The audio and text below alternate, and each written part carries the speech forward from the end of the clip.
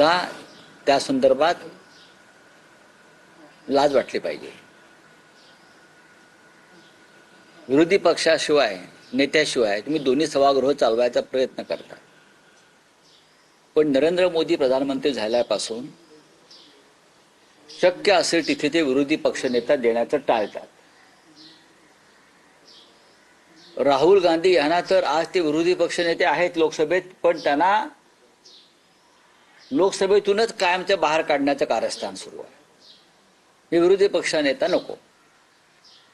महाराष्ट्राच्या विधानसभेत आणि विधान परिषदेमध्ये विरोधी पक्षनेता येऊ नये म्हणून कायदा बदलायचं काम, कायदाही बदलला जातो। ह्याला निर्लज्जपणा म्हणतात। तुम्ही लोकशाही मार्गाने सत्तेवर यायचं, लोकशाही मार्गाने मुख्यमंत्री व्हायचं, मंत्रिमंडळ स्थापन करायचं आणि त्या लोकशाहीत जे विरोधी पक्षनेत्याला स्थान आहे विधिमंडळात तेवढं टाळून बाकी सगळे उद्योग करायचे। लोकशाहीला कलंक लावणारा एक कृत्य आहे।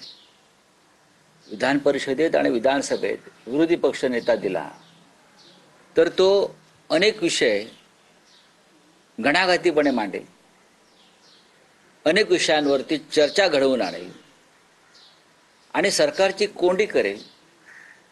या भीतीपोटी जर विरोधी पक्षनेता नेमायचा असणं ही सरकारची भूमिका असेल तर हे सरकार एक नंबरचं डरपोक आहे। विधानसभेतल्या विरोधी पक्षनेते पदासाठी भास्कर जाधव यांचं नाव देऊन एक कालखंड लोटला। भास्कर जाधव यांच्या नावावर महाविकास आघाडीने शिक्कामोर्तब केलेलं आहे, पण भास्कर जाधव नको। हे तुम्ही कोण ठरवणार? विधान परिषदेमध्ये काही निर्णय झालेले आहेत, तिथेही त्या पद्धतीनं विरोधी पक्षाला ते पद द्यायचं नाही यासाठी कारस्थानं केली जातात। हे महाराष्ट्राच्या ज्या मातीतून डॉक्टर आंबेडकर यांनी संविधान निर्माण केलं त्या राज्यामध्ये लोकशाहीची अशी गळचेपी आणि हत्या होत असेल तर त्याची इतिहासामध्ये नोंद होईल, काळ्याकुट्टशाही। हे राज्याच्या मुख्यमंत्र्यांनी लक्षात घेतलं पाहिजे। या अधिवेशनात कोणकोणत्या मुद्द्यांवरती विरोधक प्रामुख्याने हे अधिवेशन गाजवतील?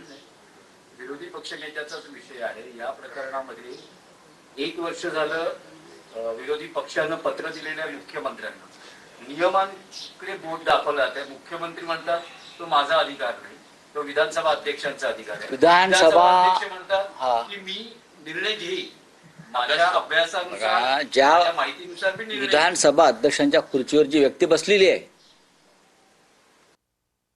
व्यक्तीचे जे पॉलिटिकल कॅरेक्टर आहे ते पाहता ते निर्णय घेतील की नाही हा पहिला प्रश्न आहे, आणि घेतला तर नक्की काय असेल ही सुद्धा शंका लोकांना आहे ना।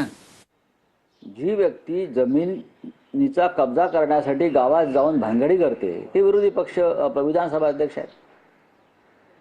जी व्यक्ती विधानसभेच्या अध्यक्षतेमध्ये बसून पक्षांतराच्या बाबतीमध्ये तद्दन खोटा आणि भंपक निर्णय देते संविधानाच्या विरोधात, त्यांच्याकडनं तुम्ही काय अपेक्षा करणार? त्याच्यामुळे माझं तर काय म्हणणं आहे की विधानसभा अध्यक्षांवरती अविश्वास ठरावच आणला पाहिजे। होऊ द्या चर्चा, ठीक आहे, तुमचं बहुमत असेल, पण विधानसभा अध्यक्ष ज्या पद्धतीनं वागतायत याला लोकशाहीच्या भाषेत म्हणायचं तर मनमानी आणि झुंडशाही अशा पद्धतीनं विधानसभा किंवा विधिमंडळ चालवलं जात। तुमचा अधिकाराच्या गोष्टी सांगताय कोणाला? तुम्हाला अधिकार दिले कोणी? तुम्हाला अधिकार लोकशाहीनं आणि संविधानाने दिलेले आहेत, आणि त्याच